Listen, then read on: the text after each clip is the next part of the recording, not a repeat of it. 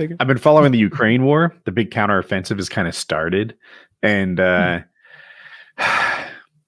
it's not easy, it would seem, to take all this land back. Now they're getting land, right? If you guys remember, Russia 100 meters a day, just marching forward. These guys are taking 2,000 meters a day, just kilometers, grabbing it. They're grabbing high land too, like the strategically important land. But I'm watching leopards get blown up, Ukrainians dying. One. Maybe you're right. One. I'm watching that dam got blown up. They're trying to rescue people from the flooded areas, and they're bombing artillery at the rescue efforts. These aren't soldiers or anything. These are just civilians in houses. They're in boats.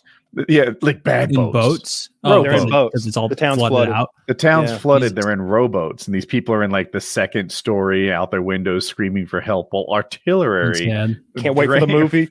Fires in. I can't say the word artillery. There we go.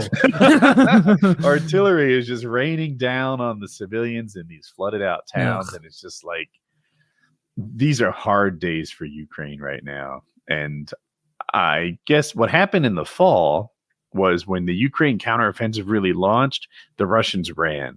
So they were getting 100 kilometers in a day, 60 kilometers in a day, great big successful efforts. Now they're getting 2, which is good, but you really set expectations in the fall where the Russians would just turn tide and start running scared, and that doesn't seem to be happening. There's fights. Well, they got to demine as they go. I knew this.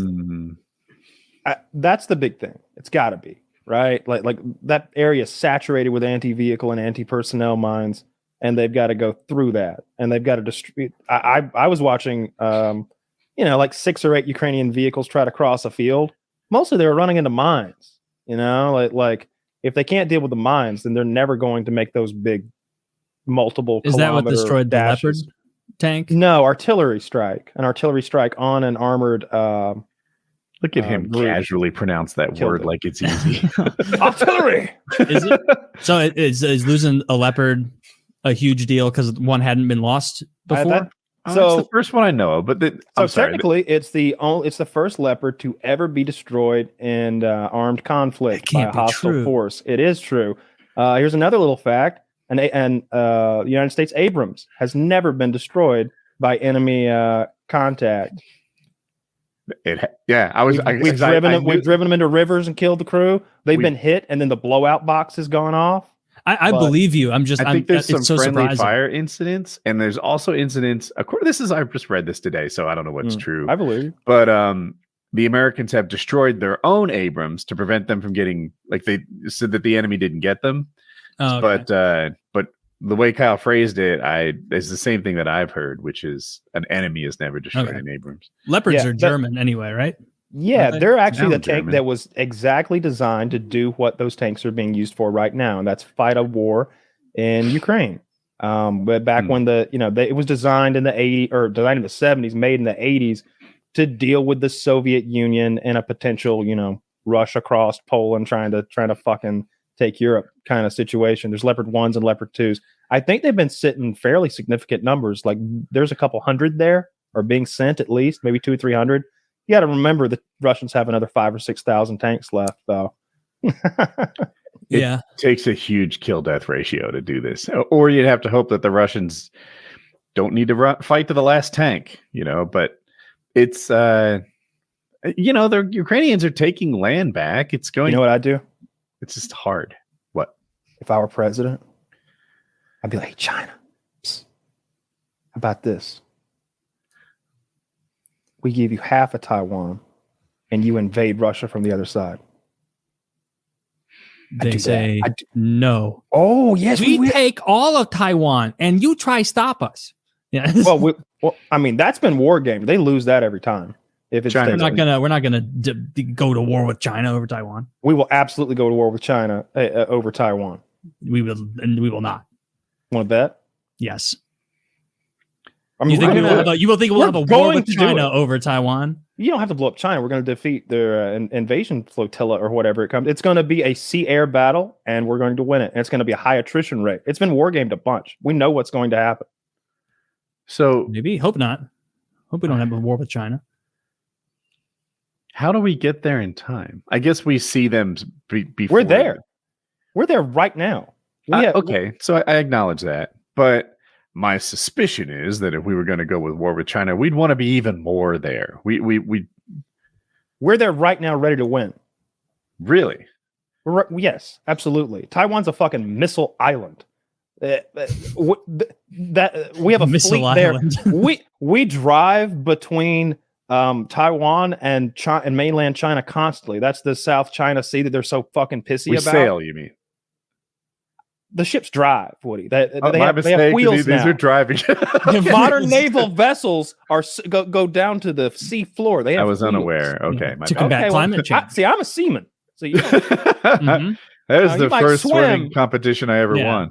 You might swim and all. He's familiar with boats. We just drive across the ocean floor.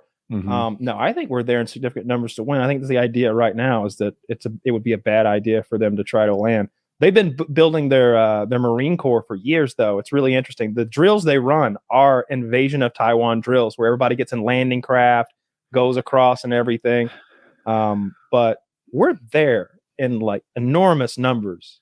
So China, as far as I know, hasn't had a war in a long time. I think their entire military command has never fought a war. And my suspicion is they get a lot of shit wrong. They shit on us in Korea. They sent, I don't know how many. I think it was 20,000 Chinese is the number in my head against one. I don't know the military numbers, but it was like one division of Marines or something like that. We were farming them for XP, but they pushed us all the way back down to that parallel there because we were dying. They destroyed us. They won. There was 20 to 1 advantage or something like that. They got a lot more people than we do. That's when MacArthur wanted to nuke them. He wanted to nuke the Chinese all the way back to the Yellow River, maybe. Hope that's not racist. I think it's called the Yellow River. I think he wanted to bomb them back to there and to nuke them back. Yeah. It's still what I said. It was 1952, 53 or so. We thought of nukes a lot differently than we do right now. He wanted to tactically, 15 or 20 or so, But make that say, all right, so let's acknowledge that in 1952, we had a real hard time with China. Indeed. That tells me that almost no living person that was 70 years ago. Or 71 years ago. My math is right. Might be.